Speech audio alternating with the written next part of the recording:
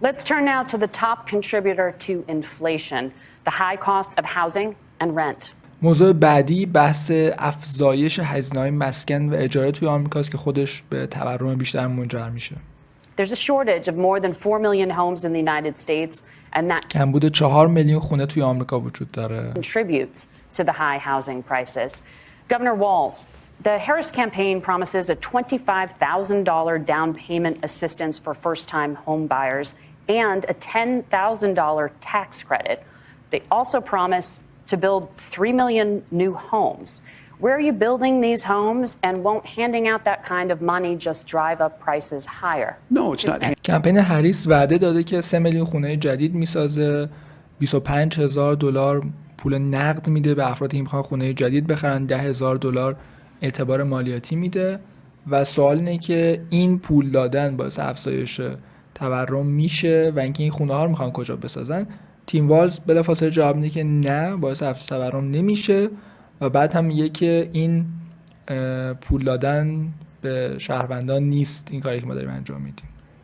We have, first, let me say this issue of housing, and I think those of you listening on this, the problem we've had is that we've got a lot of folks that see housing as another commodity. It can be bought up.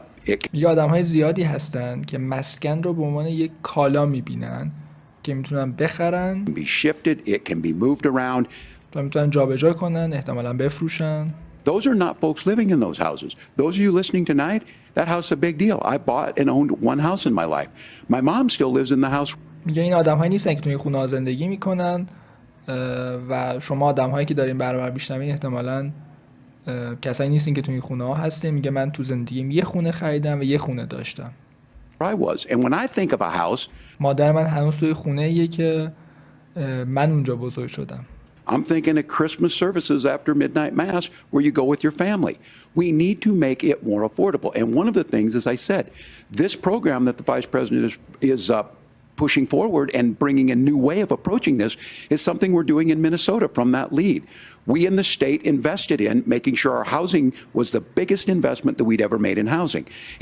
میگه باید کاری کنیم که خونه به صرفه تر بشه و توی مینسوتا میگه ما این کار رو انجام دادیم، چیزی که کمپین هریس داره الان میگه، و سعی کردیم بیشترین سرمایه گذاری دولت ایالت مینسوتا توی بحث مسکن باشه. To make it easier, we cut some of the red tape. Local folks, look, we can't do it at the federal level, but local folks make it easier to build those homes. And then that down payment assistance. I can tell all of you out there, one of the میگه تو سطح فدرال نمیتونیم کاری بکنیم ولی توی سطح محلی میتونیم مثلا مقرراتی که وجود داره رو کمتر بکنیم. Certainly for me, using the GI Bill was one thing, but a veteran's home loan, the big thing about a veteran's home loan is you don't have to pay the down payment. Those are things that یه مثال میاره از یکی از تسهیلاتی که گرفته که یک وامیه که میدن به افرادی که سرباز جنگ بودن توی آمریکا و با این وام میتونن خونه بخرن. میگه ویژگی خوب این وام اینه که ما مجبور نبودیم پیش پرداختی برای این وام بدیم. Make it there. Now look, you're going to pay it back and you're going to pay your mortgage. Those are things that we know in the long run, the appreciated value, the generational wealth that's created from it. And I will give Minneapolis an example. Minneapolis is the one city where we've seen the lowest inflation rates. We've seen a 12% increase in stock because we've put some of these things in, and we're implementing a state program to make sure we give some of that down payment assistance. We get it back from people because here تو مینیاپولیس هم ما این کارو انجام دادیم، با آدم‌ها پیش پرداخت دادیم برای اینکه بتونن خونه بخرن، یه کمکشون کردیم و کمترین تورم رو داریم. What we know, people with stable housing end up with stable jobs. People with stable housing have their kids able to get to school. All of those things in the long run end up saving our money. And that's the thing that I think we should be able to find some common ground in, but we can't blame immigrants for the only reason. That's not the case that's happening in many cities. The fact of the matter is افرادی که خونه دارن میتونن بچه‌هاشون رو مدرسه بفرستن، شغلای پایدار تایی داشته باشن و بعد به این میپردازه که مشکل مسکن توی آمریکا مهاجرا نیستن و نباید مهاجرها رو مقصر این موضوع بدونیم. این اتفاقی نیست که توی خیلی از شهرها میفته. Is that we don't have enough naturally affordable housing, but we can make sure that the government's there to help kickstart it, create that base. Governor, your time. که تو خیلی از مناطقمون به طور طبیعی خونه به صرفه نداریم. حکومت باید شروع کننده این موضوع باشه و کمک کنه به اینکه پایه این موضوع ایجاد بشه. Senator Vance, as far as your campaign's position, the promise is to seize federal lands to build homes, remove regulation, provide. میره سراغ وعده‌های کمپین ترامپ و جی ونس و به این اشاره میکنه که شما قول دادین یا وعده دادین که زمین‌های فدرال رو بگیرید و در اختیار افراد قرار بدین برای اینکه خونه بسازن، مقررات رو حذف بکنید، tax breaks and cut back on immigration. مالیات‌ها رو کاهش بدین و مهاجرای غیرقانونی رو اخراج بکنید. Which you say pushes up prices. Where are you going to build all the new homes you're promising, and what part of any of this plan will provide immediate relief? You have 2 minutes. دوباره همون سوال مطرح میکنه مجری CBS که کجا میخواین خونه رو بسازین و چطوری این کمک قراره باعث بهبود وضعیت بشه. خیلی سریع.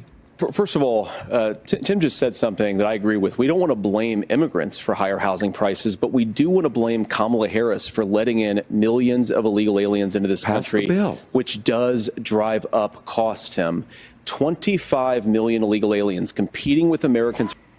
جی ونس میگه ما مهاجرها رو مقصر نمیدونیم به خاطر افزایش قیمت، ما کاملا هریس مقصر میدونیم که اجازه داد میلیون ها مهاجر غیرقانونی بیان توی آمریکا و با آمریکایی ها رقابت بکنن. در همین حین صحبت کردم والز میگه پس بیل، اگه درست متوجه شده باشم، که به این اشاره داره که اون مصوبه‌ای که من گفتم و ما دموکرات‌ها حامیش هستیم رو تایید بکنید، که ادعا میکنن این مصوبه جلوی ورود مهاجرای غیرقانونی رو میگیره که من توضیح دادم. بیشتر بحث نمایشیه.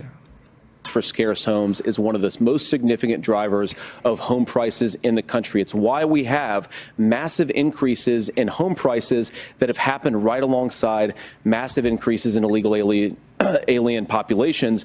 جدی بس میگه دلیلی که افزایش قیمت مسکن توی آمریکا همراه شد با افزایش ورود مهاجرای غیرقانونی خیلی روشنه. هر چقدر مهاجر بیشتری بیاد، منبع محدودی مثل مسکن خیلی سخت‌تر به دست میاد، چون تو داری با میلیون ها مهاجر دیگه رقابت میکنی و طبیعیه که همزمان قیمت مسکن هم بالا میره. مهاجر بیشتر بیاد، قیمت مسکن بالاتر میره.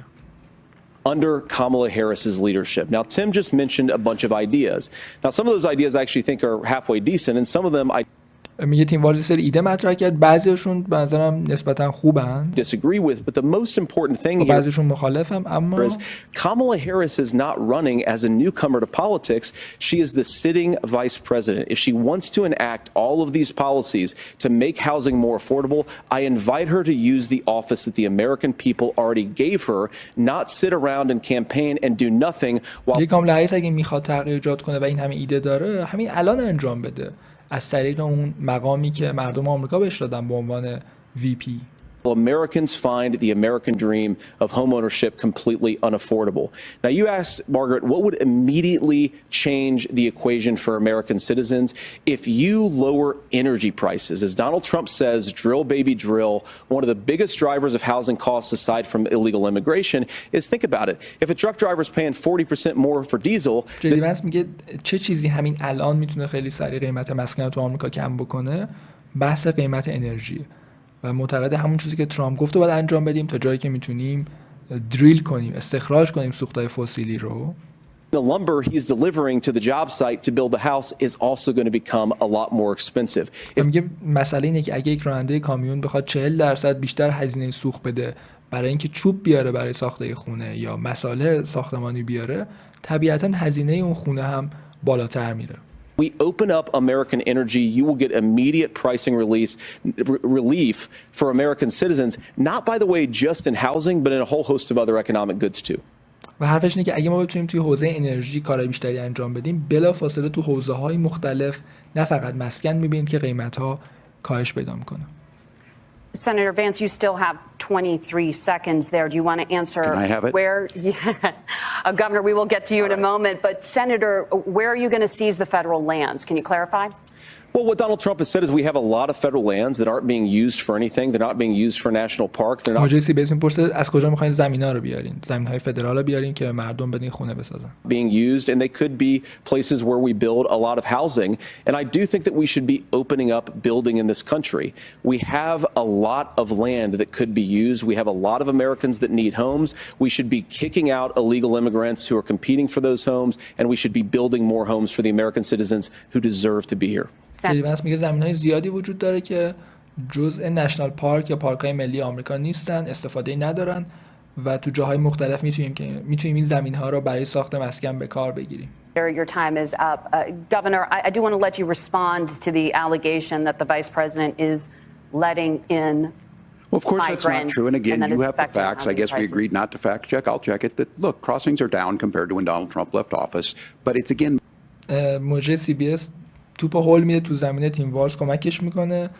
انگار یادش میاره که بعد به چی جواب بده. میگه یکی از اتهامایی که جی ونس به هریس مطرح کرد، یه اتهامی که بهش زد این بود که اجازه میده مهاجرای غیرقانونی وارد کشور بشن و پرانتزی که اینجا میخوام باز کنم اینه که دقیقاً اتفاقی داره میفته همینه. وقتی شما به عنوان یک مسئول کارتو انجام نمیدی، به عنوان مقامی که مردم بهت رأی دادن کارتو انجام نمیدی، در واقع داری کمک میکنی که یک اتفاق خلاف قانونی پیش بیاد، یک اشتباهی پیش بیاد، سوء مدیریت اتفاق بیفته. و این خیلی روشنه. تیم والز اینا رد میکنه، میگه هم چیزی اشتباهه، درست نیست و به اشاره میکنه که توی این مناظره قرار بود که ما فکت چک نشیم، پس من خودم فکت چک میکنم. Blaming and not trying to find the solution. I was going to ask though on this question, are we going to drill and build houses in the same federal land? And I think و تیم والز میگه که ترامپ عادت داره بقیه رو متهم بکنه و کاری انجام نده، دنبال راهکار نمیگرده و یه سوالی مطرح میکنه این که آیا ما میخوایم تو همون زمینی که مسکن میسازیم استخراج انجام بدیم یا نه توی همون زمین فدرال. when people hear federal lands, these are really important pieces of land. Now, Minnesota doesn't have a lot of federal lands. I know in the western part of the countries we do. There's not a lot of federal lands in and around Minneapolis, for example. So the issue is I don't understand the federal lands issue unless we see this, and I worry about this as someone who cares deeply about our national parks and our federal lands. Look, Minnesota, we protect these things. میگه ما اطراف مینیاپولیس خیلی زمین فدرال نداریم، تو غرب کشور بیشتر داریم و من نگران پارک‌های ملی هستم، نگران زمین‌های فدرال هستم که آسیب زیادی نبینن. We've got about 20% of the world's fresh water. These lands protect. They're there for a reason. They belong to all of us. But again, this is when you view housing and you view these things as commodities. Like there's a chance to make money here. Let's take this federal land and let's sell it to people for that. I think there's better ways to do this. We've seen it. میگه مشکل اون نگاهیه که معتقد مسکن یک کالاه و نباید نگاه اونی باشه که خب زمین‌های فدرال رو بگیریم به مردم بفروشیم خونه بسازن. من واقعیت خیلی متوجه نمیشم چرا اینقدر اصرار داره روی اینکه زمین کالا نیست در صورتی که خب وقتی داره خرید و فروش میشه طبیعتاً یک کالا محسوب میشه. Minnesota, we're able to refurbish some of these houses. We're able to make some investments. That gets people in. And I'm still on the fact on this. Economists, Senator Vance, you said you don't like the economists. Which economists are saying that it is immigrants that's adding to the cost? Governor, your time. میگه شما اقتصاددانا رو خیلی دوست ندارین، اشاره به جی ونس و ترامپ داره و میگه کدوم اقتصاددان میگه که ورود مهاجرای غیرقانونی باعث افزایش هزینه ها میشه. Your time is up, but Senator, on that point, I'd like for you to clarify. There are many contributing factors to high housing costs. What evidence do you have that migrants are part of this problem? Well, there's a Federal Reserve study that we're happy to share. و از جی ونس سوال میکنن، هم وال سوال میکنه هم مجری CBS که چه شواهدی وجود داره که ورود مهاجرای غیرقانونی باعث افزایش قیمت مسکن توی آمریکا شده. ببینیم جواب جی ونس چیه. یک مطالعه فدرال رزرو وجود داره که بعد از این مناظره من به اشتراک میذارم. On social media actually that really drills down on the connection between increased level. اینجا پرانتز رو باز کنم. فکر نمی‌کنم هیچ کدوم از این افراد فکر می‌کردن که جی ونس اینقدر سریع یه مطالعه فدرال رزرو رو مطرح بکنه که به این موضوع پرداخته و احتمالاً خیلی براشون نکته شگفت انگیزی بود اینجا. Of migration, especially illegal immigration and higher housing prices. Now, of course, میگه دقیقاً یه مطالعه وجود داره که به ارتباط بین قیمت مسکن و ورود مهاجرای غیرقانونی پرداخته. Margaret, that's not the entire driver of higher housing prices. It's also the regulatory regime of Kamala Harris. Look, we are a country of builders. که فقط تنها عامل بحث مهاجران نیست، عاملای دیگه هم وجود داره مثل اون رژیم مقرراتی که کاملا هریس ایجاد کرده. Country of doers, we're a country of explorers, but we increasingly have a federal administration that makes it harder to develop our resources. ما یک کشور از آدم‌هایی هستیم که دوست دارن بسازن، خلق کنن، ماجراجویی کنن و ما الان یک دولت فدرالی داریم که داره سخت‌تر میکنه این کار رو. Makes it harder to build things and wants to throw people in jail for not doing everything exactly as Kamala Harris says they have to do. میگه این دولت فدرال سعی داره هر کسی که کاری انجام میده که مطابق نظر فردی مثل کاملا هریس نیست بندازه زندان. And what that means is that you have a lot of people who would love to build homes who aren't able to build homes. I actually agree with Tim Walz. We should get out of this idea of housing as a commodity. But the thing that has most turned housing into a commodity is giving it away to millions upon millions of people who have no legal right to be here. میگه من اتفاقا با تیم والز موافقم که نگاهمون به مسکن نگاه یک کالایی نباشه که میخوایم خرید و فروش بکنیم، ولی برای اینکه این کار انجام بدیم نیازه که میلیون ها مهاجر غیرقانونی که وارد آمریکا شدن رو از آمریکا اخراج بکنیم. What are the federal regulations? I deal with this as a governor. You can very quickly reply. I'm sorry. I get this as a governor, and I don't necessarily disagree with that. That in some cases, many of those are local, many of them are state. I don't know which ones are federal, but I think whenever we talk regulations میگه کدوم یکی از مقررات که محدودیت برای مسکن ایجاد میکنه مقررات فدراله. People think they can get rid of them. I think you want to be able to get out of your house in a fire. I think you want to make sure that it's fireproof and those types of things. So which are the regulations? Because the vice president... من فکر می‌کنم بیشتر مقررات چیزای ایمنیه. چه چیزی هست که باعث میشه تو این مسکن بسازیم و جزء مقررات فدراله. The president's not responsible for those. Congress writes those. Governor, thank you. Gentlemen, we have a lot to get to. You're passionate about the housing crisis, I can tell. But Nora? Thank you. خب جدی من خواستم جواب دیگه بده ولی فرصت نشد. One of the top problems facing Americans is the high cost of healthcare. خب میرن سراغ بحث درمان. 1 ساعت و 9 دقیقه از این مناظره 1 ساعت و 40 دقیقه دیم، تقریبا نیم ساعت پایانیه. به بحث درمان میرسیم. تا اینجا بحثا بیشتر حول اقتصاد و یه مقدار هم سیاست خارجی بوده و بحثای فرهنگی. Senator Vance, at the last presidential debate, former President Trump was asked about replacing the Affordable Care Act. In response, he said, I have concepts of a plan. توی مناظره قبلی که ترامپ و هریس داشتن از ترامپ سوال شد که آیا میخواد اوباماکر رو جابجا بکنه، تغییر بده و ترامپ گفت من یه سری ایده تو ذهنم دارم ولی الان برنامه‌ای ندارم که بخوام جایگزینش بکنم. Since then, Senator, you've talked about changing how chronically ill Americans get health insurance. Can you... و جدی مثلا در مورد این صحبت کرده که آمریکایی‌هایی که بیماری‌های مزمن دارن چطور اون بیمه سلامتشون رو تغییر بدن. Can you explain how that would work? And can you guarantee that Americans with pre-existing conditions won't pay more? I'll give you... و سوال اینه که چطور می‌خوای این بیمه رو تغییر بدی، چون بحث خیلی مهمی بحث بیمه سلامت توی آمریکا و اگه یه فردی قبل از گرفتن بیمه بیماری داشته باشه پول بیشتری پرداخت نکنه، هم چیزی ممکنه یا نه؟ 2 minutes. Well, of course, we're going to cover Americans with pre-existing conditions. In fact, a lot of my family members have gotten health care. جدی واسه با این شروع میکنه که ما قطعا توی طرح خودمون پوشش میدیم افرادی که شرایط قبل از گرفتن بیمه دارن. منظور اینه که این نفر یه بیماری داره، قبل از اینکه بیمه رو بگیره درگیر این بیماری مزمن هست مثل آسم، بیماری قلبی و مجبور نشه هزینه بیشتری بده چون درگیر همچین بیماریه. I believe, members of my family actually got private health insurance at least for the... میگه از اعضای خانواده من هم درگیر همچین مشکلاتی هستن.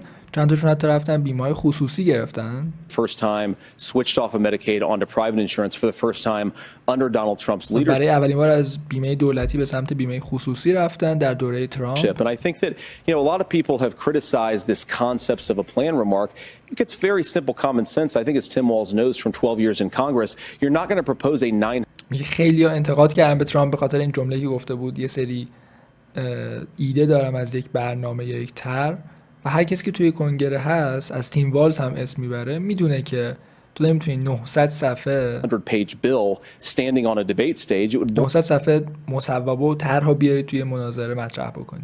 everybody to tears, and it wouldn't actually mean anything because part of this is the give and take of bipartisan negotiation.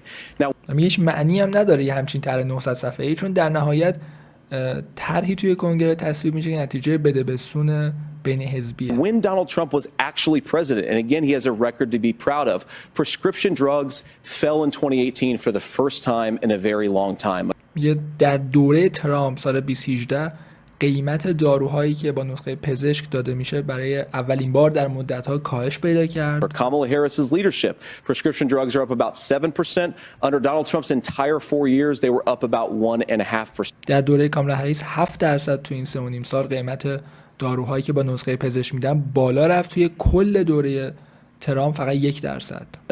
He introduced pricing transparency. Think about healthcare. You go into a hospital. و ترامپ اومد بحث شفافیت قیمت‌ها رو مطرح کرد.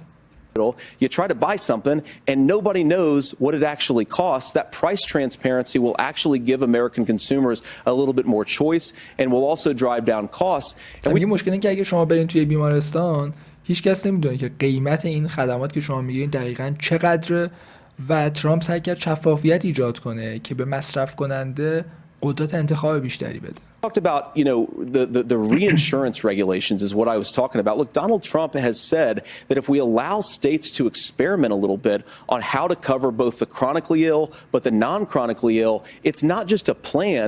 He actually implemented some of these regulations when he was president of the United States. And I think you can make a really good argument that it salvaged Obamacare, which was doing disastrously until Donald Trump came along.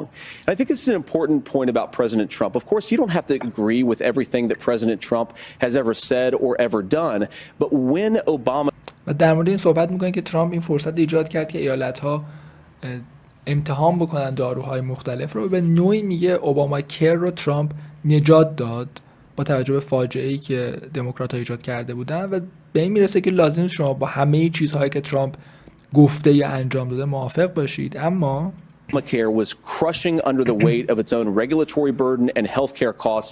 Donald Trump could have destroyed the program. Instead, he worked. میگه زمانی که اوباماکر داشت زیر بار مقررات خودش و هزینه‌های درمان از بین میرفت، ترامپ میتونست این برنامه رو نابود بکنه. اما a bipartisan way to ensure that Americans had access to affordable care. It's با همکاری دموکرات‌ها فرصت داد که آمریکایی‌ها به درمان با هزینه‌ای به صرفه دسترسی داشته باشن. Not perfect, of course, and there's so much more that we can do, but I think that Donald Trump has earned the right to put in place some better healthcare policies. He's earned it because he did it successfully the first time. Governor? میگه ترامپ این حق رو به دست آورده که بتونه سیاست‌های درمانی بهتری ایجاد بکنه. اینا به دست آورده چون توی دوره اول خودش تونست سیاست‌های خوبی به صورت موفق اجرا بکنه. All right, here's where being an old guy gives you some history. I was there at the creation of the ACA. And the خب تیم والز میگه من به عنوان یه فرد مسن و با تجربه میخوام بتونی تاریخچه مختصر بگم. میگه زمانی که ACA یا اوباماکر داشت ایجاد میشد من اونجا بودم. The reason it was so important is I come from a major healthcare state, home of the Mayo Clinic, home to Medical Alley, 3M. میگه من از یه ایالتی اومدم که تو بحث درمان خیلی مهمه چون مایو کلینیک و جاهای دیگه توی ایالت مینسوتا قرار دارن. Medtronic, all of those. We understand healthcare. It's why we're ranked first on affordability and accessibility and quality of health. ما درمان رو میفهمیم به خاطر اینکه از نظر به همین دلیله که از نظر به صرفه بودن و دسترسی و کیفیت درمانی که از بهترین ایالت‌ها هستیم.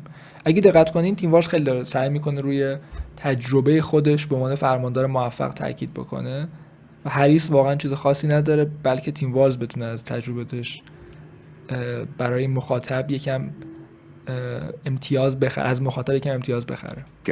And so what I know is under Kamala Harris more people are covered than they have before. And those of you listening, this is critical to you. میگه توی دوره کامالا هریس آدم‌های بیشتری تحت پوشش قرار گرفتن نسبت به قبل. Now Donald Trump all of a sudden wants to go back and remember this. He ran on the first thing he was going to do on day one was to repeal Obamacare. On day one, he tried to sign an executive order to repeal the ACA. میگه اوباما توی ترامپ توی روز اول کار خودش می‌خواست یک دستور اجرایی امضا بکنه که اوباماکر رو تغییر بده، اصلاح بکنه. He signed on to a lawsuit to repeal the ACA but lost at the Supreme Court and he would have حتی کار به دیوان عالی رسید، به شکایت رسید و شکست خورد ترامپ.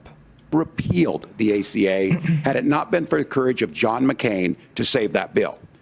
Now fast میگه اگه جسارت جان مکین سناتور جمهوری خواه که از دنیا رفت نبود، اون مصوبه اوباماکر تا الان نابود شده بود. forward, what that means to you is you lose your pre-existing conditions. If you're sitting at home and you got asthma, too bad. If you're a woman, probably not.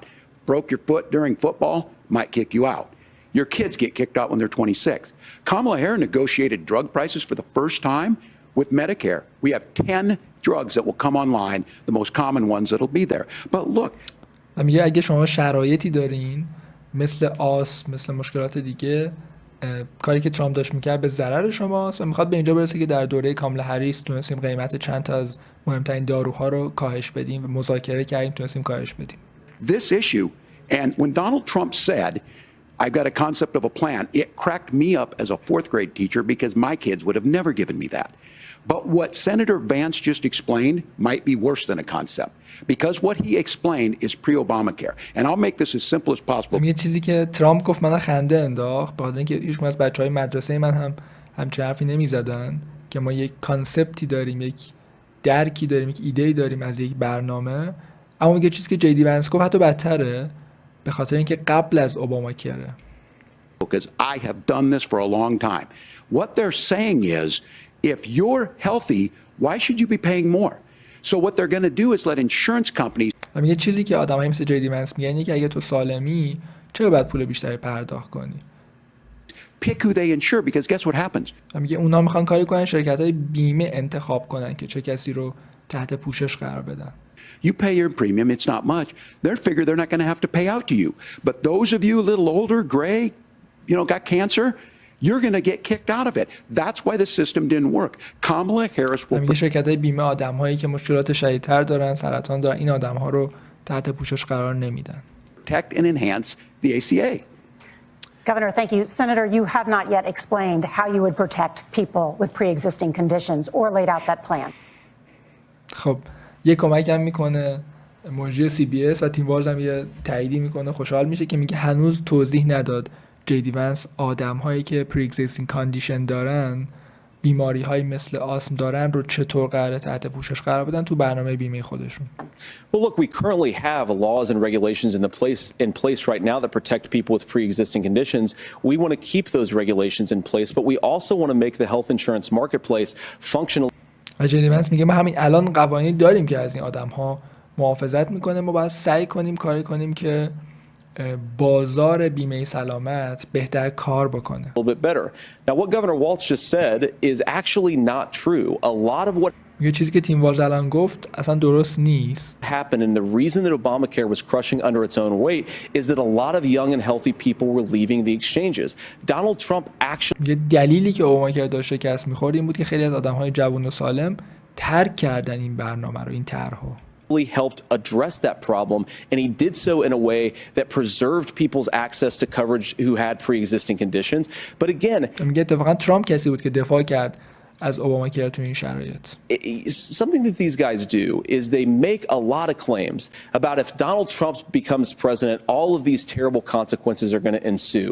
But in reality, Donald Trump was president, inflation was low, take-home pay was higher, and he saved the very program from a Democratic administration that was collapsing and would have collapsed. میگه خیلی اتهام میزنن به ترامپ که اگه به قدرت برسه چه تبعاتی داره و میگه نکته مهم اینه که ترامپ در قدرت بود 4 سال، ما دیدیم چه اتفاقی افتاد، تورم پایین بود و دقیقاً همین سیستم درمان اوباماکر رو از دست دولت دموکراتیکی که آدمایی مثل تیم والز حامیش هستن نجات داد و نذاشت اون سیستم درمان اوباماکر از هم بپاشه.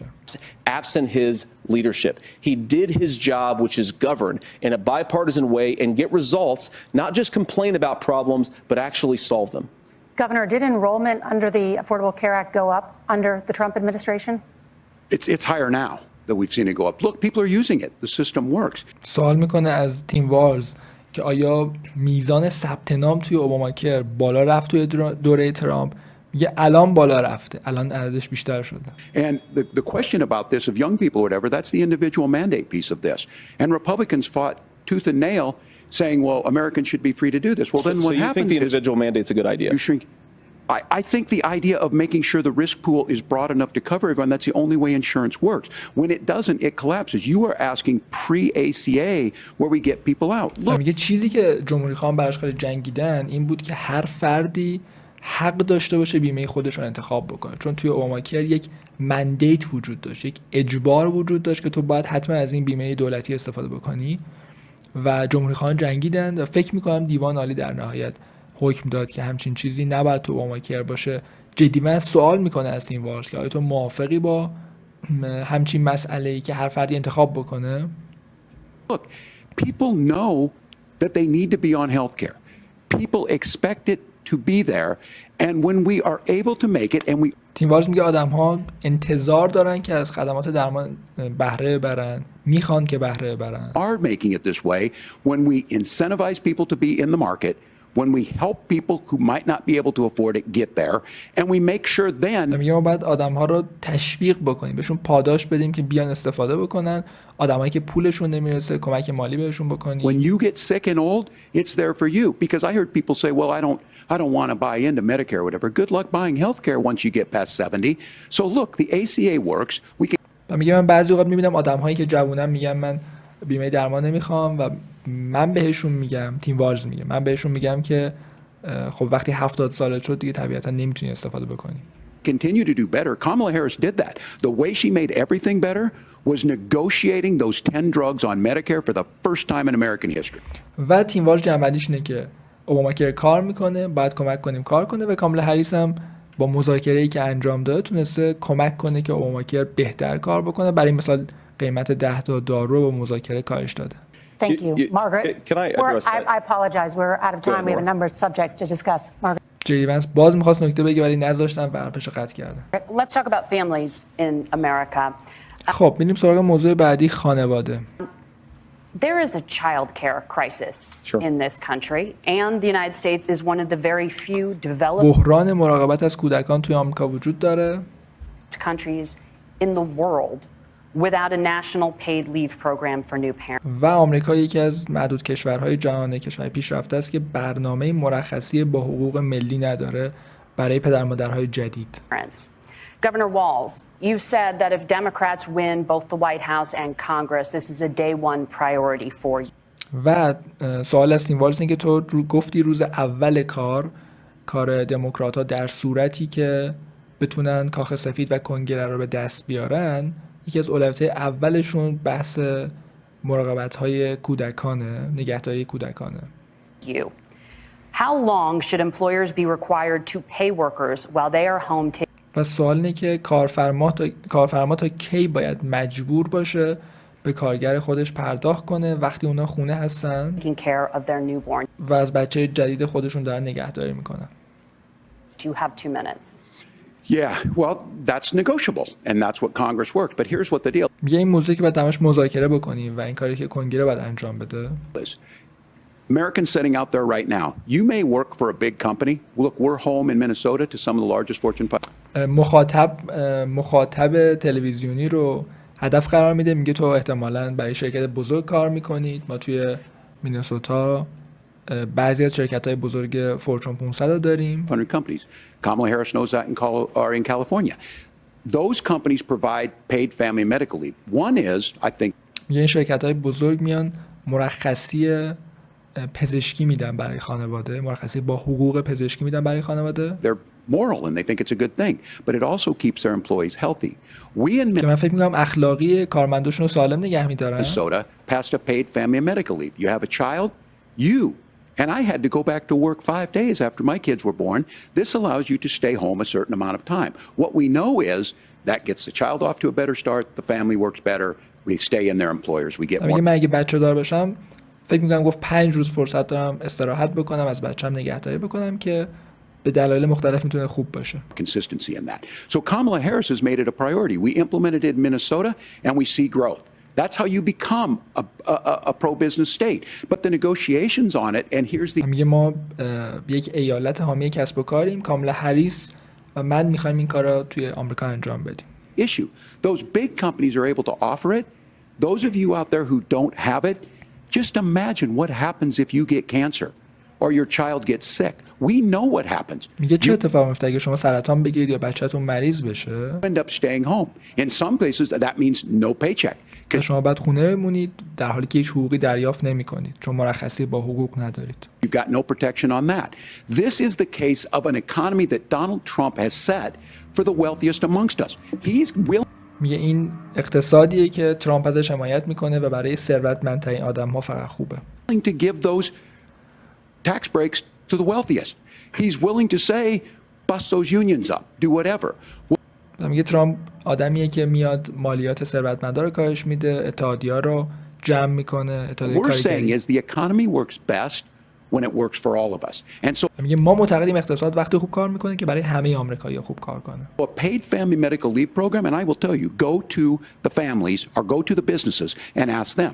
As far as childcare on this, you have to take it at both the supply and the demand side. You can't expect the most important people in our lives to take either our children or our parents to get paid the least amount of money. And we have to make it easier for folks to be able to get into that business and then to make sure that folks are able to pay for that. We were able to do it in Minnesota, and I'm still telling you this. We were listed as the best state. We're still in crisis on this. A federal program of paid family and medical leave and help with this will enhance our workforce, enhance our families, and make it easier to have the children that you want. Governor, you're میگه ما یکی از اولویت‌های اصلیمون اینه که حکومت فدرال بیاد یک مرخصی برای سلامت برای خانواده ایجاد بکنه، مرخصی با حقوق اجباری که همه کسب و کارها باید بپذیرنش و این کاری که توی مینسوتا انجام دادیم کمک میکنه شما بتونید راحت‌تر بچه‌دار هم بشین که جی ونس اشاره میکنه.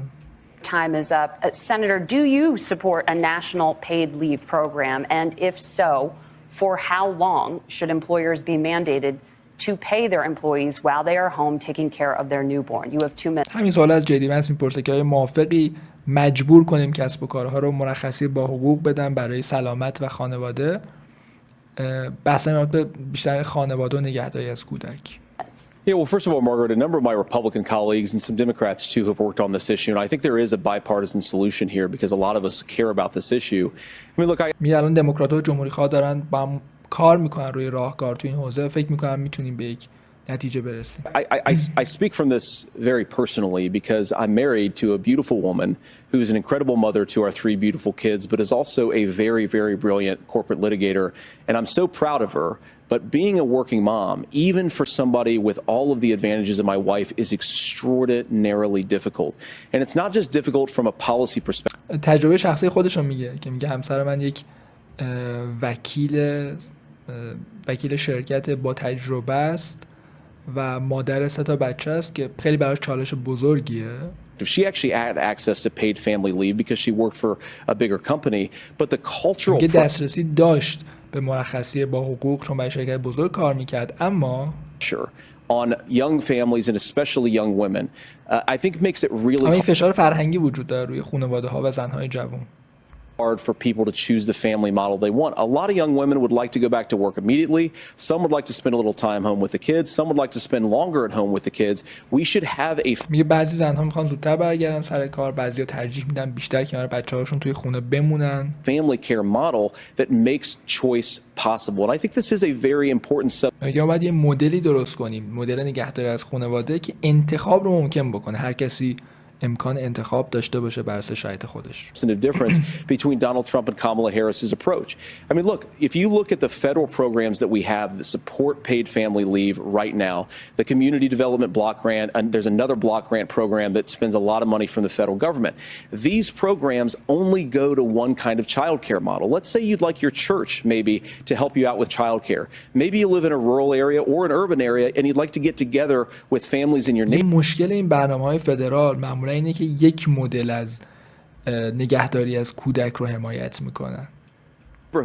To provide childcare in the way that makes the most sense. You don't get access to any of these federal monies. برای مثال میگه اگه شما علاقه دارین بچه‌تون نگهداری نگهداری از بچه‌تون توی کلیسا انجام بشه یا یک مکان مذهبی، شما همچین کمکی دریافت نمی‌کنید.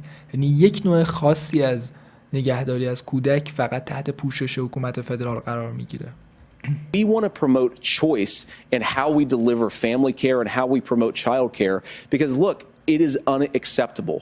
And, you know, of course, Tim and I have been on the campaign trail a lot the past 7 or 8 weeks. And one of the biggest complaints I hear from young families is people who feel like they don't have options, like they're choosing between going to work or taking care for their kids. That is an incredible. مشکل اصلی اینه که خانواده‌ها انتخاب نمیتونن بکنن. یا باید مادر برگرده سر کار یا از بچه نگهداری بکنه و انتخاب‌های بیشتری معتقدی که باید ایجاد کنن. Burden to put on American families. We're the only country that does it. I think we could do a heck of a lot better. Senator, thank you. You have also said, Senator Vance, many things about the American family. The Federal Reserve says parents will. از جدی منس خواست سوال دیگه پرسه، میگه تو چیزهای زیاد در مورد خانواده آمریکایی گفتی. فدرال رزرو میگه که spend nearly as much on childcare as they do on housing each month. میگه خانواده‌های آمریکایی اونطور که فدرال رزرو میگه همونقدر که برای مسکن هر ماه هزینه میکنن برای نگهداری از کودک هم هزینه میکنن. I want to get your thoughts on this. President Trump recently said, as much as childcare is talked about as being expensive, it's relatively speaking not very expensive compared to the kinds of numbers we'll be taking in. Is President Trump committed to the $5,000 per child tax credit? و نقل قول از ترامپ میاره که گفته هزینه نگهداری از کودک زیاده اما نه اونقدر زیاد و میپرسه آیا ترامپ حاضر اعتبار مالیاتی بده به ازای هر کودک مثلا $5,000. You have described. You have 1 minute. این چیزی که جی دی ونس در مورد صحبت کرده بود. Well, what President Trump said, Margaret, I just want to defend my running mate here a little bit, is that we're going to be taking in a lot of money by penalizing companies for shipping jobs overseas and penalizing countries who employ slave laborers. میگه ما قراره پول زیادی بگیریم، چیزی که ترامپ گفته، قراره پول زیادی بگیریم با مجازات کردن کشورهایی که دارن از کارگرهای برده استفاده میکنن و شرکت‌هایی که دارن تولیدشون رو به کشورهای دیگه میفرستن. Then ship their products back into our country and undercut the wages of American workers. It's the heart of the Donald Trump economic plan. Cut taxes for American workers and American families. Cut taxes for businesses that are hiring and building companies in the United States of America. میگه ترامپ معتقده باید مالیات‌ها رو برای کارگر آمریکایی و برای کسب و کار آمریکایی که توی آمریکا کار میکنه کاهش بدیم.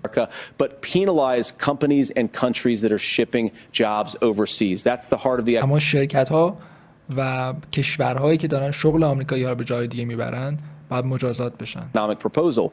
And I think what President Trump is saying is that when we bring in this additional revenue with higher economic growth, we're going to be able to provide paid family leave, childcare options that are viable and workable for a lot of American families. میگه چیزی که ترامپ گفته اینه که وقتی همه این پول‌ها و درآمدها بیاد ما میتونیم گزینه‌های مختلفی برای نگهداری از کودک، مرخصی با حقوق برای پدر مادرها ایجاد بکنیم. Can you clarify how that will solve the childcare shortage? Well, because as Tim said, a lot of the childcare shortage is we just don't have enough resources going into the multiple. میگه خیلی دلیلش ساده است. همونطور که تیم والز گفت کمبود مراقبت از کودکان، یک کمبودهایی که وجود داره برمیگرده به اینکه منابع کافی وجود نداره. People who could be providing family care options, and we're going to have to, unfortunately, look, we're going to have to spend more money. We're going to have to induce more people to want to provide childcare options for American families, because the reason it's so expensive right now is because you've got way too few people providing this very essential service. دلیلی که هزینه‌ها خیلی بالاست اینه که آدم‌های کمی خدمات نگهداری از کودک میدن و تنها راهی که بتونیم تو این حوزه هزینه‌ها رو بیاریم پایین اینه که کمک کنیم آدم‌های بیشتری تو این حوزه بتونن سرویس و خدمات بدن. Thank you, Senator. Governor Walz, your ticket also has some child care tax credit proposals. Do you think Congress will agree to the $6,000 credit for newborns and $3,000 credit for children over the age of 6? پیشنهاد هریس $3,000 اعتبار مالیاتی برای کودکان بالای 6 سال و فکر می‌کنم $6,000 برای هر کودکی که تازه متولد شده. As your campaign has promised. Is that realistic? یا کنگره همچین چیزی رو میپذیره و واقع بینانه هست چیزی که کمپین شما پیشنهاد داده؟ Well, if these members of Congress are listening to anybody, I can tell you, and This is the biggest issue. Everybody listening tonight knows. I mean, I'm sure they were shocked to hear it's not این مهمترین مسئله است و expensive. And let's be clear, whether it's 5,000 or 6,000, that plays you about 3 or 4 months. Let's be clear. میگه فرق نمیکنه 5,000 یا 6,000 به ازای هر بچه بدیم، این نهایت 3-4 ماه پوشش میده هزینه ها رو. Where we're at on this, it's because we got out of an imbalance on this. We thought we were going to get by not paying people. I don't think Senator Vance and I are that far apart. I'm not opposed to what he's talking about on options. We've done scholarships types of things. I think we need to be open. میگه من با جی دی ونس خیلی اختلاف نظر نداریم تو این مورد. من موافقم با آپشن ها و گزینه‌های مختلف. To making the case. But the issue here is, the question you asked is, you're not going to pay for it with these tariffs. That's just adding another 4,000 on the family and taking less. So not only do و میگه به نظرم تعرفه ها کمک نمیکنه درآمد ایجاد بشه، چون اتفاقا خودش داره $4,000 به هزینه های خانواده اضافه میکنه. they not get the money to pay for that, they're $4,000 in the hole. That's Wharton School. That's his alma mater. And و میگه این چیزی که وارتون اسکولی که ترامپ درس خونده توضیح میده و ما میگه. so I think the issue here is, if those members of Congress, I can't believe they're not. When I go to businesses, sure, they'll talk about taxes sometime, but they will lead with childcare and they will lead with housing, because we know the problem is, especially in a state like Minnesota, we need more workers because our economy is growing, but we need the workforce. Governor, thank میگه you. مشکل اصلی نیروی کاره که به خاطر اینکه نیروی کار داشته باشیم باید کمک بکنیم توی بحث مربوط به مراقبت از کودکان. We need to move on. Nora? Let's talk about the state of democracy. خب میرسیم به بحث وضعیت دموکراسی توی آمریکا. امکان نداره شما یک مناظره انتخاباتی ببینید که میزبان شبکه‌های تلویزیونی آمریکا باشن و به دموکراسی و 6 ژانویه نرسیم. قطعاً قرار در مورد این موضوع هم صحبت کنیم. تقریباً به دقایق پایانی مناظره هم رسیدیم.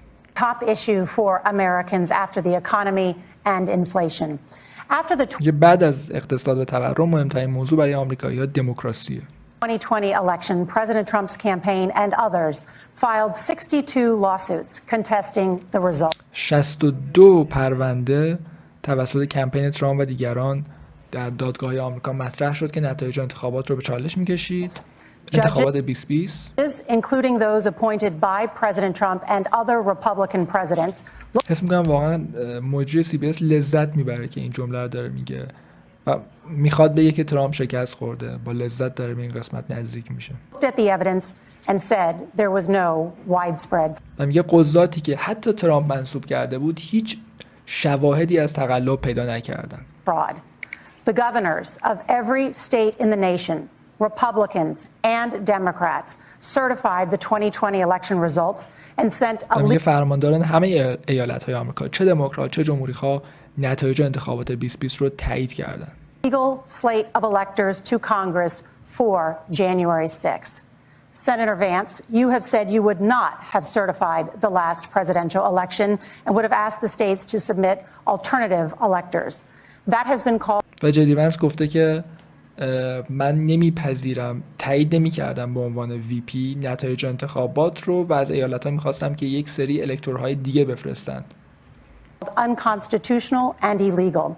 Would you again seek to challenge this میگه این کار و سوال اینه که آیا این کار انجام میدی یا نه؟ year's election results, even if every governor certifies the results? I'll give you 2 minutes. اگه همه فرمانداران نتایج انتخابات رو تایید کنن، آیا تو نتایج انتخابات رو به عنوان VP تایید میکنی یا نه؟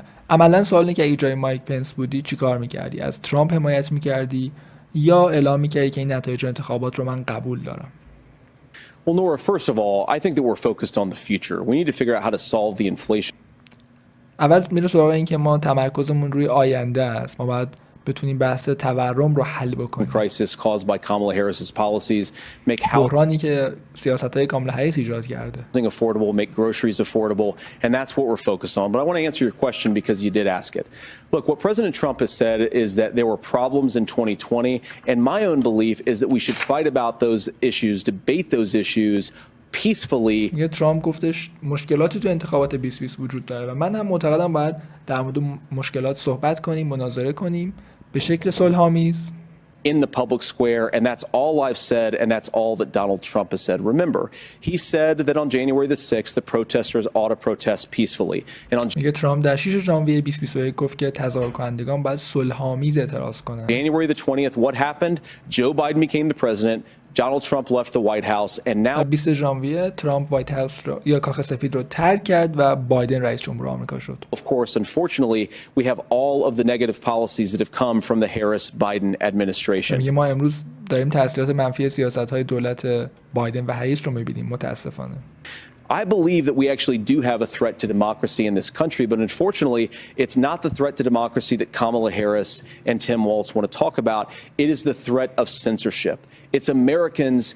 میگه ما الان یه تهدید نسبت به دموکراسی توی آمریکا داریم، ولی اون چیزی نیست که هریس و تیم والز در موردش دوست دارن صحبت کنن و اون سانسوره.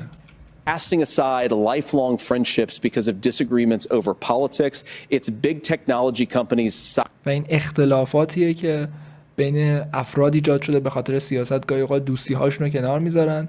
شرکت‌های بزرگ تکنولوژی هستن Silencing their fellow citizens, and it's دارن شهروندان آمریکایی رو ساکت میکنن. Kamala Harris saying that rather than debate and persuade her fellow Americans, she'd like to censor people who engage in misinformation. و حرفی که کاملا هریس زده که به جای اینکه بیاد آمریکایی ها رو متقاعد بکنه و با اونها گفتگو بکنه، اونها رو سانسور میکنه. I think that is a much bigger threat to democracy than anything that we've seen in this country in the last 4 years, in the last 40 years. Now I'm really این بزرگترین تهدیدی که برای دموکراسی آمریکا توی 40 سال اخیر وجود داشته. proud, especially given that I was raised by two lifelong blue-collar Democrats, to have the endorsement of Bobby Kennedy Jr. and Tulsi Gabbard.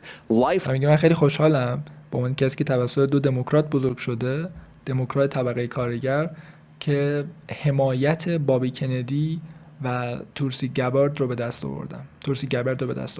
Long leaders in the Democratic coalition, and of course, they don't agree with me and Donald Trump on every issue. We don't have to agree on every issue, but we're united behind a basic American First Amendment principle that we ought to debate our differences.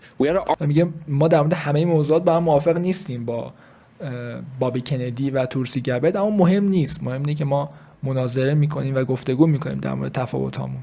Argue about them. We ought to try to persuade our fellow Americans. Kamala Harris is engaged in censorship at an industrial scale.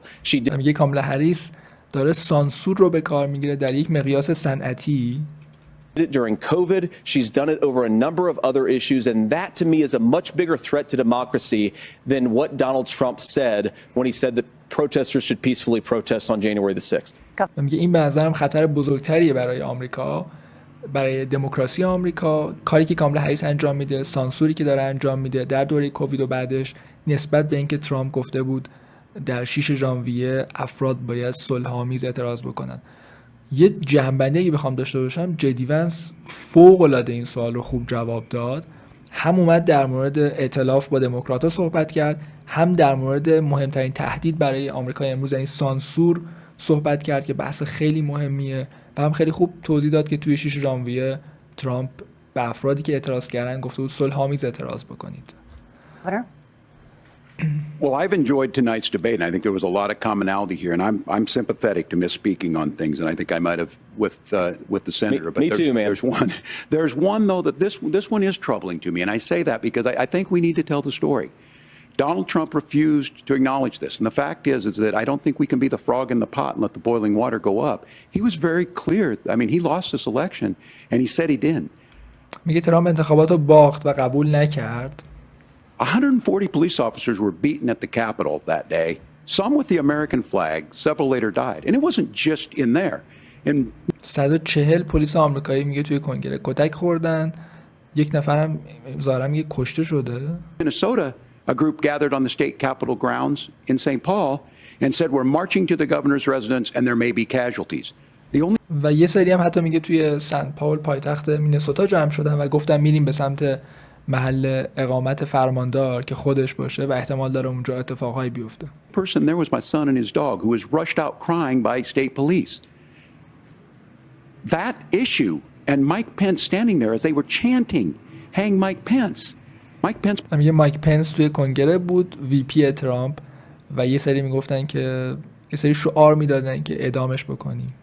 Made the right decision. So Senator, it was adjudicated over and over and over. I worked with kids long enough to know, and I said as a football coach, sometimes you really want to win, but the democracy is bigger than winning an election. You shake hands. میگه به عنوان مربی فوتبال من گاهی اوقات بچه‌ها میگم که تو گاهی اوقات خیلی دوست داری ببری، اما دموکراسی از هر بردنی مهمتره. بردن هر انتخاباتی مهمتره. And then you try and do everything you can to help the other side win. That's واقعاش باید به هم دیگه دست بدین و کمک کنین طرف مقابل هر کمکی میخواد داشته باشه. That's what was at stake here. Now, the thing I'm most concerned about is the idea that imprisoning your political opponents, already laying the groundwork for people not accepting this. میگن چیزی که خیلی نگرانشم، چه چیزی تیم والز اشاره کرد. چیزی که خیلی نگرانشم اینه که شما مخالف سیاسی خودت رو زندانی بکنی. یعنی واقعا باور نکردنی حجم وقاحتی که دموکرات‌ها دارن، کاری که داشتن با چندین نفر انجام میدادن و انجام دادن. چند نفر از اطرافیان ترامپ زندان رفتن و دارن در مورد صحبت میکنن که ما نگرانیم ترامپ میخواد این کار در آینده انجام بده. And a president's words matter. A president's words matter. People hear that. So حرفا و کلمات رئیس جمهور اهمیت داره.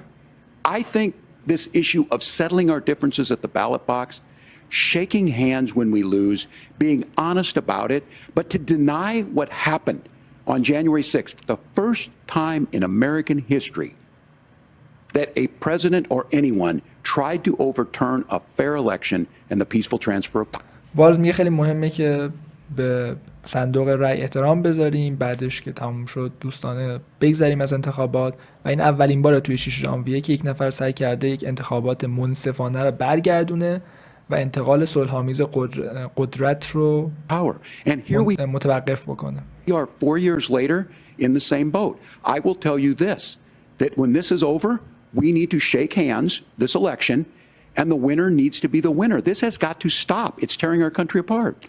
میگه من نظرم اینه که وقتی انتخابات تموم شد باید با هم دست بدیم و از این موضوع رد بشیم و هر کسی که برنده شده برنده تلقی بشه. Margaret? Senator Vance, did you want to respond to that? Yeah, well, look, Tim, first of all, it's really rich for Democratic leaders to say that Donald Trump is a unique threat to democracy when he peacefully gave over power on January the 20th, as we have done for 250 years in this country. میگه خیلی چیز عجیبه دموکرات‌ها بگن ترامپ حاضر نشد قدرت رو انتقال بده، در حالی که 20 ژانویه ترامپ از کاخ سفید رفت و بر اساس سنت 250 ساله‌ای که آمریکا داشته قدرت رو انتقال داده. We are going to shake hands after this debate and after this election, and of course, I hope that we win. ما قراره بعد از این مناظره بعد از انتخابات با هم دست بدیم. I think we're going to win, but if Tim Walz is the next vice president, he'll have my prayers, he'll have my best wishes, and he'll have my help whenever he wants it. But میگه اگه تیم والز برنده بشه و کاملا هریس و والز بشه وی پی، همه حمایت لازم رو از من داره، براش دعا میکنم. We have to remember that for years in this country, Democrats protested the results of elections. Hillary Clinton in 2016. میگه برای سالها یادتون باشه دموکرات‌ها کسانی بودن که به نتایج انتخابات اعتراض میکردن. سال 2016 هیلاری کلینتون said that Donald Trump had the election stolen. گفت هیلاری کلینتون اینو گفته که ترامپ انتخابات رو دزدیدن، که به دخالت روسیه اشاره داره که مشخص بود دروغی بیش نیست. Vladimir Putin because the Russians bought like $500,000 worth of Facebook ads. This has been going on. هیلاری کلینتون سال 2016 گفته بود که پوتین انتخابات رو برای ترامپ خریده چون روسا $500,000 تبلیغ فیسبوک خریده بودن. For a long time. And if we want to say that we need to respect the results of the election, I'm on board. But if we want to say, as Tim Walz is saying, that this is just a problem that Republicans have had, I don't buy that. میگه من میپذیرم که ما باید نتیجه انتخابات رو بپذیریم، با این موافقم، اما اینکه بگیم یک مسئله فقط جمهوری خواهانه که نتیجه انتخابات رو نپذیرفتن، این رو قبول ندارم. مثالش هم هیلاری کلینتون و انتخابات 2016.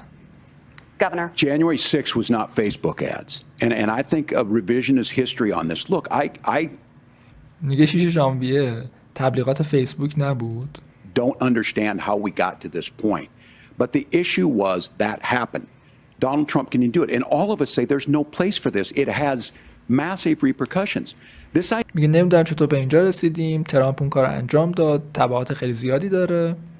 افکارش یکم به هم ریخته، چیزای مختلف داره میگه. That there's censorship to stop people from threatening to kill someone, threatening to do something. That's not censorship. میگه اینکه یه نفر تهدید کنه یکی دیگر میخواد بکشه و اون پست رو شما برداری، این سانسور نیست. اصلا میگه اینا سانسور نیست. Is book banning. We've seen that. میگه سانسور نیست که شما کتاب‌ها رو ممنوع بکنید. داره اشاره میکنه به اینکه جمهوری خواهان این کار کردن. Brought up. I just think for everyone tonight, and I'm going to thank Senator Vance. I think this is the conversation they want to hear, and I think there's a lot of agreement. But this is one that we are miles apart on. This was a threat to our democracy in a way that we had not seen.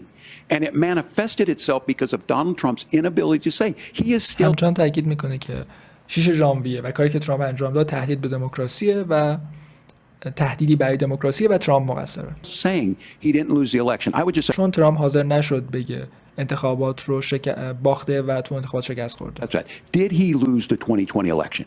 Tim, I'm focused on the future. Did Kamala Harris censor Americans from speaking their mind in the wake of the 2020? تیم والز میپرسه که آیا از جی دی ونس میپرسه آیا ترامپ انتخابات 2020 رو تو انتخابات 2020 شکست خورد و جی دی ونس جواب میده که من تمرکزم روی آینده است. COVID situation. و سوالش اینه که سوال جی دی ونس حالا اینه که آیا کاملا هریس در دوره کووید سانسور کرد آمریکایی ها رو؟ It's a damning non-answer for you to not talk about censorship. Obviously Donald Trump and I think that و هر دو نفر به هم دیگه اتهام میزنن که خیلی نگران کننده است که تو حاضر نیستی به این سوال جواب بدی. جدی ونس میگه برای تو خیلی بده که حاضر نیستی در مورد سانسور صحبت بکنی.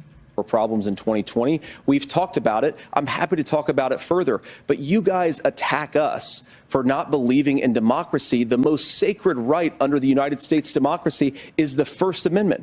You yourself have said there's no First Amendment right to misinformation. Kamala Harris. چه حمله ای میکنه جدی ونس؟ میگه مهمترین و مقدسترین بخش از دموکراسی آمریکایی متمم اول و حق بیانه و به خود تیم والز حمله میکنه. میگه حتی خود تو گفتی که ما حقی برای متمم اول نداریم در مورد میس اینفورمیشن، یعنی به بحث اطلاعات گمراه کننده که میرسیم چیزی به اسم حق بیان بر اساس قانون اساسی آمریکا وجود نداره. Harris wants to use the power of government and big tech to silence people. و کاملا هریس کسی که از قدرت حکومت و قدرت شرکت‌های بزرگ تکنولوژی میخواد استفاده کنه برای ساکت کردن آمریکایی‌ها. From speaking their minds. That is a threat to democracy that will long outlive this present political moment. I would like Democrats and Republicans to both reject censorship. Let's persuade. این چیزی که از لحظه سیاسی که ما الان توش هستیم خیلی فراتر میره. از بحث ترامپ هم فراتر میره، بحث سانسور. و امیدوارم که هم دموکرات‌ها و هم جمهوری خواهان با همدیگه سانسور رو رد بکنن. One another. Let's argue about ideas and then let's come together afterwards. You can't yell fire in a crowded theater. That's the test. و تیم والز میگه تستش اینه که تست و آزمون اینه که بفهمیم حق بیان کلامی توسط حق بیان قانون اساسی محافظت میشه یا نه، اینه که تو نمیتونی تو یک جمعیت تو یک تئاتر شلیک بکنی. That's the Supreme Court test. Tim, fire in a crowded theater. You guys wanted to kick people off of Facebook for saying that toddlers shouldn't wear masks. Senator, the governor does have the floor. Fire in a crowded theater.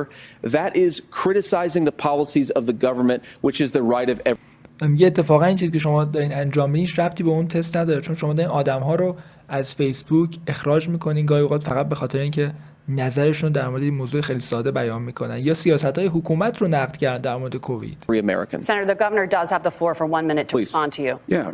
Well, I don't run Facebook. What I do know is I see a candidate out there.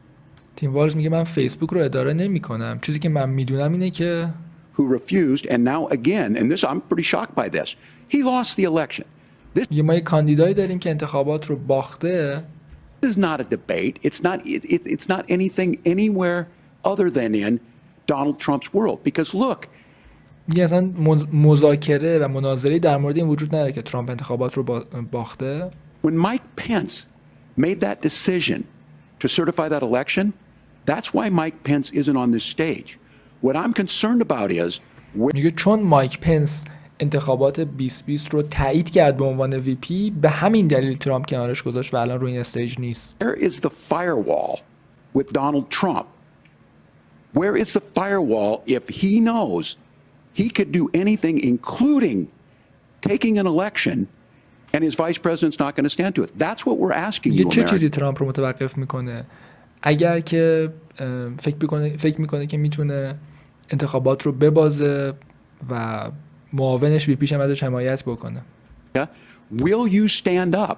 Will you keep your oath of office even if the president doesn't? And I think Kamala Harris. میگه سوال از JD Vance اینه که اگه رئیس جمهور سوگند وفاداری که خورده رو مقدس ندونه، بهش احترام نذاره، تو به عنوان VP آیا این کار انجام میدی یا نه؟ Agree. She wouldn't have picked me if she didn't think I would do that. Because of course that's what we would do. میگه کاملا هریس به همین دلیل منو انتخاب کرده که میدونه من وظایف خودم رو شکل درستی انجام میدم و به اون سوگند خودم پایبند خواهم بود. So America, I think you've got a really clear choice on this election of who's going to honor that democracy and who's going to honor Donald Trump. Governor, میگه انتخاب شما تو انتخابات خیلی روشنه که چه کسی به ترامپ افتخار میکنه و براش مهمه و چه کسی به دموکراسی احترام میذاره. time is up. Thank you, gentlemen. We will be right back with both of our candidates. The CBS News vice presidential debate continues. Debate. It is now time for the closing statement. Senator. خب میرسیم به بخش مربوط به بیانیه جمع‌بندی. هر دو نفر جمع‌بندی خودشون رو انجام میدن. Vance won the virtual coin toss and elected to go last. So Governor Walz, you are first. You have 2 minutes. Well, thank والز شروع میکنه و JD Vance هم صحبت پایانی انجام میده. you, Senator Vance. Thank you to CBS News. And most importantly, thank you to all of you. If you're still up and the folks who miss Dancing with Our Stars, I appreciate it. But look, the support of the democracy matters. It matters that you're here. And I'm as surprised خب تیم والز با این شروع میکنه که حمایت از دموکراسی اهمیت داره. as anybody of this coalition that Kamala Harris has built, from Bernie Sanders to Dick Cheney to Taylor Swift. و به ائتلافی اشاره میکنه که کاملا هریس ساخته از برنی ساندرز تا دیک چینی تا تیلور سویفت.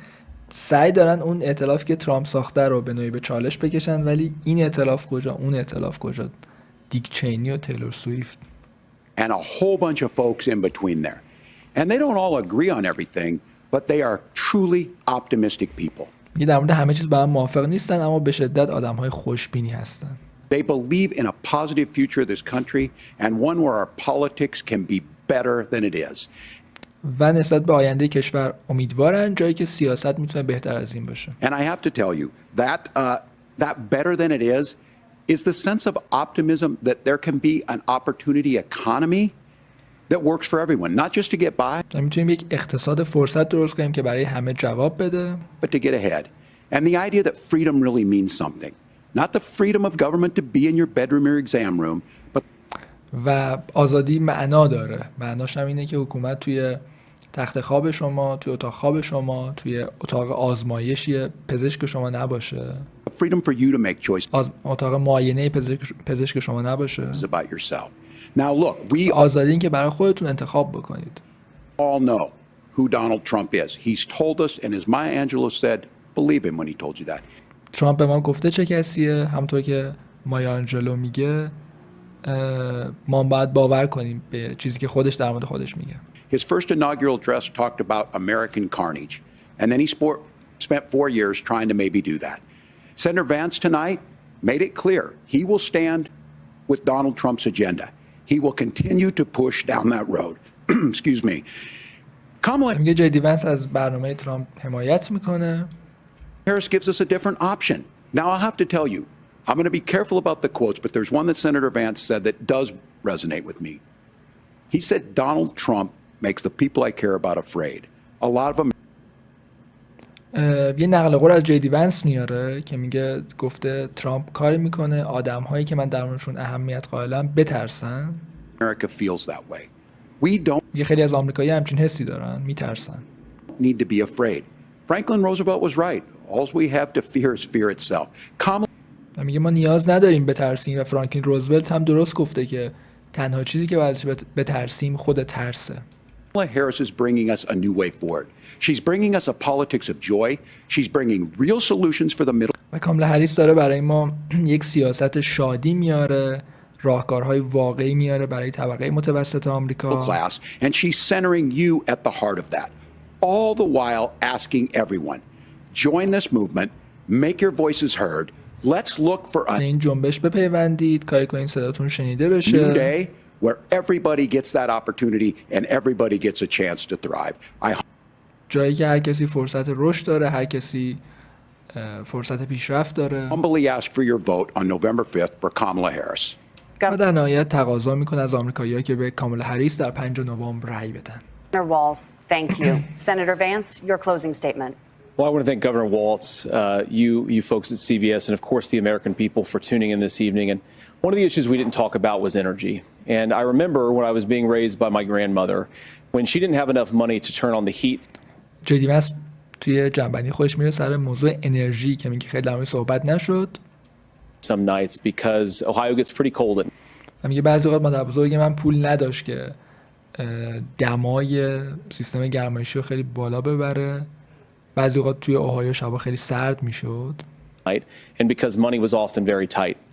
And I believe as a چون خیلی پول نداشتیم مجبور بودیم سرما رو تحمل بکنیم. person who wants to be your next vice president, that we are a rich and prosperous enough country where every American, whether they're rich or poor, ought to be able to turn on their heat in the middle of a cold. ما اینقدر کشور ثروتمندی هستیم آمریکا که هر آدمی چه فقیر چه ثروتمند باید بتونه در میانه یک شب سرد زمستونی گرمای کافی رو توی خونش داشته باشه. Night. That's gotten more difficult thanks to Kamala Harris's energy policies. I believe that whether you're rich که میگه این به خاطر سیاست‌های انرژی کاملا هریس سخت‌تر شده این موضوع. poor, you ought to be able to afford a nice meal for your family. من معتقدم شما چه فقیرین چه ثروتمند باید بتونید یک غذای خوب برای خودتون و خانواده‌تون داشته باشین. That's gotten harder because of Kamala Harris's policies. و این داره به خاطر سیاست‌های کاملا هریس سخت‌تر میشه. I believe that whether you're rich or poor, you ought to be able to afford to buy a house. You ought to be able to live in safe neighborhoods. You ought to not have شما بتونید چه فقیر چه ثروتمند باید بتونید توی محله امن باشین، خونه داشته باشین. have your communities flooded with fentanyl and that too نباید محله و جامعه داشته باشین که پر از مواد مخدر باشه. has gotten harder with Kamala because of Kamala Harris's policies. Now, I've been in politics long enough to do what Kamala Harris does when she stands before the American people and says that on day one, she's going to work on all these challenges I just listed. She's been the vice president for 3.5 years. Day one was 1,400 days. کاملا هریس 3 سال و نیم 1400 روز در قدرت بود به عنوان VP و فرصت داشته همه این کارا رو انجام بده. ago and her policies have made these problems worse. و سیاست‌های اون این مشکلات رو بدتر کرده. Now, I believe that we have the most beautiful country in the world. I meet people on the campaign trail who can't afford food, but have the grace and generosity to ask me how I'm doing and to tell me they're praying for my family. یه آدم‌هایی رو دیدم که نمیتونستن غذا بخورن توی کمپینمون، توی سفری که توی این کمپین رفتیم، ولی اینقدر سخاوتمند بودن که از من میپرسن تو حالت چطوره؟ What that has taught me is that we have the greatest country, the most beautiful country, the most incredible people anywhere in the world. ما بهترین کشور رو داریم، بهترین مردم رو داریم. But they're not going to be able to achieve their full dreams with the broken leadership that we have in Washington. ولی نمیتونن به رویاهای خودشون در بهترین حالت ممکن برسن، در بیشترین حد ممکن برسن چون یک رهبری ضعیف داریم. They're not going to be able to live their American dream if we do the same thing that we've been doing for the last 3.5 years. و نمیتونن به رویای آمریکایی برسن اگه همون کاری که توی 3 سال گذشته انجام دادیم رو دوباره انجام بدیم. We need change. We need a new direction. We need a president who has already done this once before and did it well. ما تغییر نیاز داریم. ما مسیر جدید نیاز داریم و رئیس جمهوری نیاز داریم که این کار رو قبلا انجام داده باشه. Please vote for Donald Trump. And whether you vote for me or vote for Tim Walz, I just want to say I'm so proud to be doing this and I'm rooting for you. God bless you and good night. Senator Vance, thank you. And thank you both for participating in the only vice presidential debate of this election cycle. خیلی عالی. این مناظره به پایان میرسه. تنها مناظره نامزدهای معاونت رئیس جمهور آمریکا برای انتخابات 2024 بود. دیگه مناظری نداریم. ممنون که توی این 2 مناظره ریاست جمهوری با من همراه بودین. خیلی خوشحال میشم نظرات خودتون رو توی بخش کامنت ها بنویسین. اگه از این ویدیو لذت بردین لایک کنید، سابسکرایب کنید، کمک کنید بتونیم مخاطبان بیشتری رو توی 1776 به خودمون داشته باشیم.